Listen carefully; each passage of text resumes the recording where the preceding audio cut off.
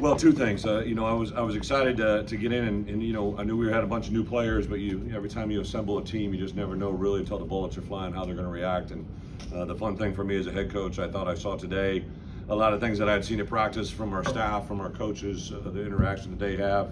One of our first team goals this week was to be able to communicate 100% communication pre and post, and that started on practice.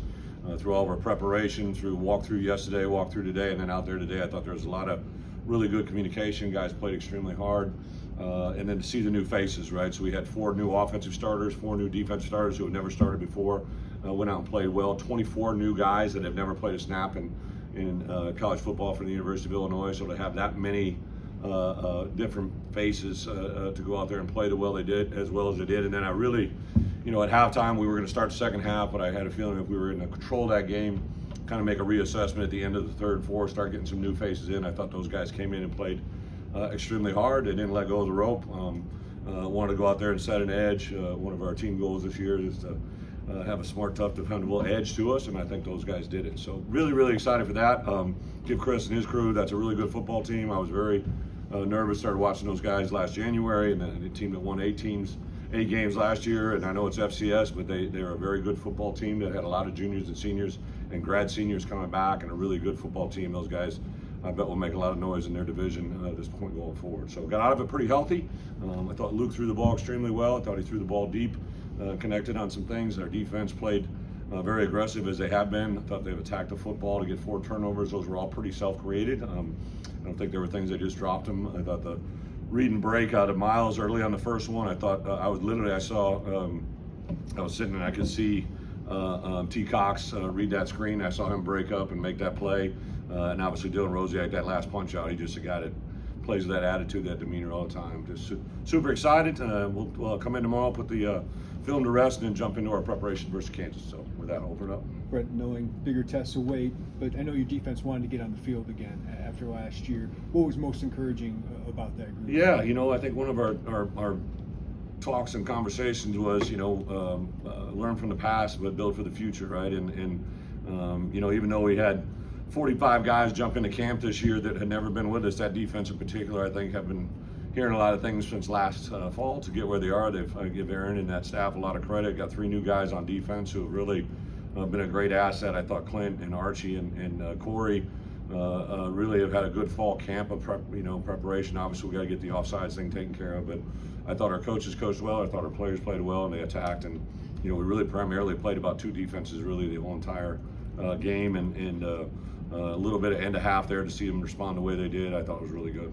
Coach, how much time have you spent during the camp on Kansas? Was that kind of a constant thing, or something you kind of sprinkled in on? How much did you work on that? Yeah, great question. I think the advantage we have is only we know the answer to that, right?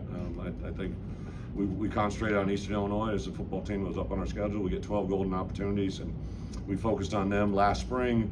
And in fall camp, we worked on our first 4 opponents at different times. So, we wanted to respect our Eastern Illinois and put them in position to play. But now, obviously, Kansas played today. I know they ran away convincingly as well. So I'm very, very excited. I think our guys are ready for an eager opportunity to get back and play football again. And obviously, Kansas is the next chance. Coach, the running game got rolling downhill a little bit. Is that, even though it's an FCS opponent, is that a good omen for you? Everybody kind of asked me, Coach, what are you excited to see? Those 5 running backs, I was excited to see how they played, right? I think it was interesting for me when we made our 74-man travel roster for this game. Mark Torsani, my chief of staff, I said, hey, grab me the dress roster or the hotel roster from game 2, I think it was game 2, game 6, and game 11 last year, right? And in the running back room that we dressed out for some of those latter games last year was just incredible compared to what this room is right now. Aiden Lawfrey, I think everybody was excited to see that first run and went for 9, and it really could have been a bigger hit if he would have just been able to stay on track a little bit. I thought Caden came in.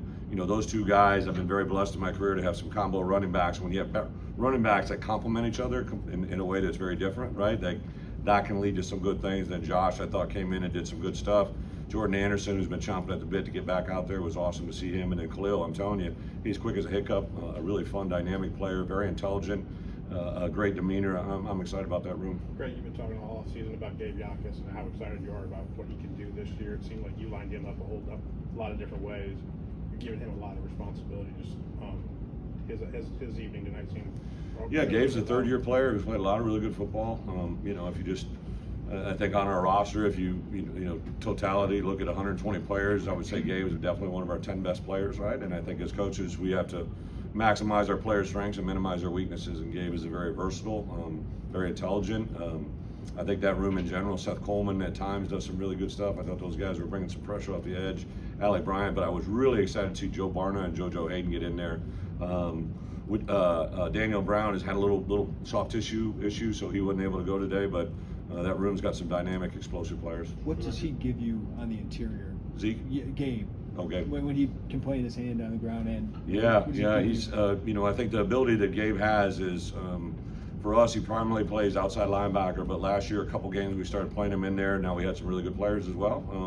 But that position allows him to be dynamic because now you got a quicker, more explosive player that's playing inside against matchup issues. And the more he does that, the better he can play. And then, I think it also, when we're able to move him at different spots, you can't solo up protections, right? And say, hey, we can chip this guy here, we can do this there. Part of the reason Johnny had so much high production is it's hard to, in our front, it's hard to combo a guy that's in that position. And when I say combo, like put two people on him in pass protection, it's really very tough to have that with matchups. So I think that exposes Gabe to a new level. The way Luke was discussed during training camp by his teammates, by your coaches, there was some excitement about what this year could be for him. What did tonight maybe show you? I'm sorry, did you say Luke? Luke. Yeah.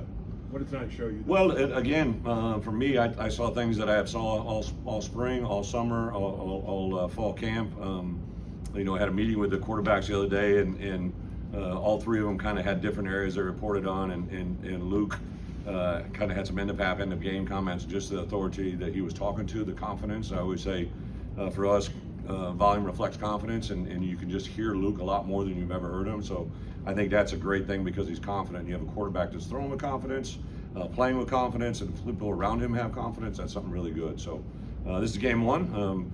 Not ready to announce him a front runner for the Heisman, but I definitely liked what I saw. And more than anything, I thought our wide receivers, that was the group I was probably the most anxious to see because a lot of you haven't seen him. I saw Isaiah on the sideline, gave him a big hug, couldn't be prouder of that young man, and Casey Washington.